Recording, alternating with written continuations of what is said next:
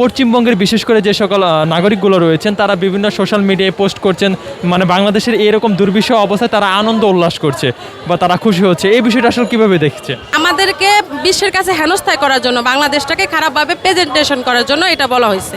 তো এখন আমাদের যে এই যে আপনার বন্যা হলো, এত বড় একটা, এতগুলো মানুষ, 36 লাখ মানুষ আজকে বন্দি আছে, কিন্তু এটা তো তারা প্রচার করতেছে না। তাদের আমি নিউজে আজকেও দেখছি, আমি দেখতেছি যে না, রিপাবলিকেশন তারপরে যে মিডিয়াগুলো আছে এরা কি আমাদের বন্যা নিয়ে কিছু করছে কিনা, কিন্তু আসলে করে নাই তারা।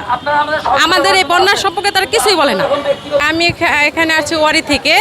তো আমি কালকে আর কি আমার ফেসবুক সোশ্যাল মিডিয়ামে দেখতে পেলাম যে টিএসসির সামনে আর কি বন্যাদের কাপড় চোপড় বা বাচ্চাদের, বিশেষ করে শিশু বাচ্চাদের কাপড় নাকি শর্ট আছে ওখানে। তো আমি দৈনিকের প্রতিদিনের খবর দেখতেছি, সব খবরে দেখতেছে তারা অনেক অসহায়, কষ্ট করতেছে, কাপড় চোপড়, তারপরে খাবার দাবারের, আপনার যা কিছু আছে আমাদের, যারা আমরা সচ্ছল আছি, বিশেষ করে দেখা যায় ঘরে আমাদের কাপড় চোপড় বেশি আছে।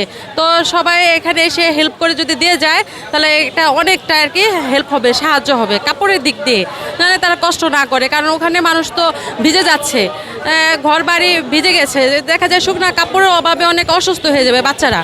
তো এই ক্ষেত্রে যদি আমরা যার যার স্থান থেকে এসে অন্তত কাপড়ও দিয়ে যাই, তো এটাও তো অন্তত হেল্প হয়। যদি আমরা আর্থিকভাবে টাকা দিয়ে না সাহায্য করতে পারি, কাপড় দিয়ে করলাম। এই জন্য আমি এই উদ্যোগে আমি নামাজ শেষ করে আর কি কাপড় সব গুছিয়ে দিয়ে গেলাম আমার বাচ্চাটাকে নিয়ে এসে। মানে আপনি এখানে কাপড় দান করেছেন? বাচ্চাদের কাপড়, বড়দের কাপড়, এগুলো আমি এসে দিয়ে গেলাম। আসলে বাংলাদেশের যে এই বর্তমান যে পরিস্থিতি এবং তাদের যে দুর্বিষহ জীবন, সেটি তো একটা, আপনার কাছে কি মনে হয়, পরিকল্পিত না প্রাকৃতিকভাবে এটা হয়েছে?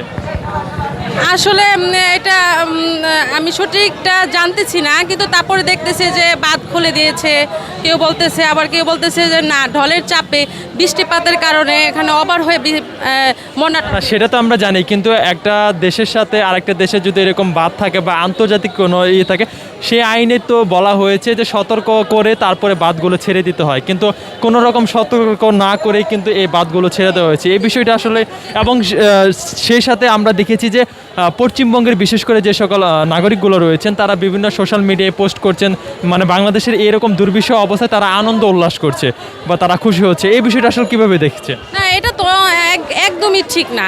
কারণ যদি এটা রাত্রে বন্যা হয়ে থাকে, রাত্রে পানি ঢুকে থাকে, তো ওই ক্ষেত্রে আমার মনে হয় পরিকল্পিতভাবে হয়েছে।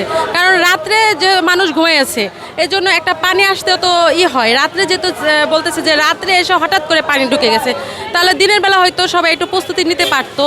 আর রাত্রে যেহেতু ঘটনাটা ঘটছে, তারপরে একটু এখানে সন্দেহজনক যে হয়তো তারা পরিকল্পিতভাবে কাজটা করেছে। আমাদের যেহেতু একটা পরিস্থিতি একটা থেকে আমরা স্বাভাবিক হওয়ার চেষ্টা করতেছিলাম, যেমন আমাদের সরকার পতনের পর আমরা একটা স্বাভাবিক জীবনে ফিরে আসার চেষ্টা করতেছিলাম, হঠাৎ করে আমাদের এরকম একটা চাপ এসে পড়লো আমাদের ওপর।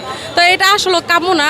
ওদের নাগরিকরা উল্লাস করে, এটা তো একদমই ঠিক না। কারণ ওরা যখন আমাদের সরকার পতন হলো, ওই ক্ষেত্রে দেখা যাচ্ছে কি ওরা নিউজগুলো আমাদের বিপক্ষে অনেক নিউজ প্রচার করছে যে আমরা হিন্দুদের উপরে আমাদের আক্রমণ করছে, আমরা বাংলা মুসলিমরা। কিন্তু আসলে দেখা যাচ্ছে এখানে হিন্দুদের উপরে কোনো আক্রমণ হয় নাই, খুঁজে পাওয়া যায় নাই কোথায় মন্দির ভাঙা হয়েছে, কোথায় তাদের ঘরবাড়ি ভাঙা হয়েছে। কিন্তু দেখা যাচ্ছে আমাদের মুসলমানদের উপরে অত্যাচার হয়েছে, আমাদের মুসলমানদের ঘরবাড়ি পোড়ানো হয়েছে। সেক্ষেত্রে হিন্দুরা এটা কি, মানে ওই দেশে মিডিয়াগুলো তো বেশি করে প্রচার করছে যে হিন্দুদের উপরে আক্রমণ হয়েছে, এটা হয়েছে, কিন্তু আসলে সেটা সঠিক না। আমাদেরকে বিশ্বের কাছে হেনস্থায় করার জন্য, বাংলাদেশটাকে খারাপভাবে প্রেজেন্টেশন করার জন্য এটা বলা হয়েছে।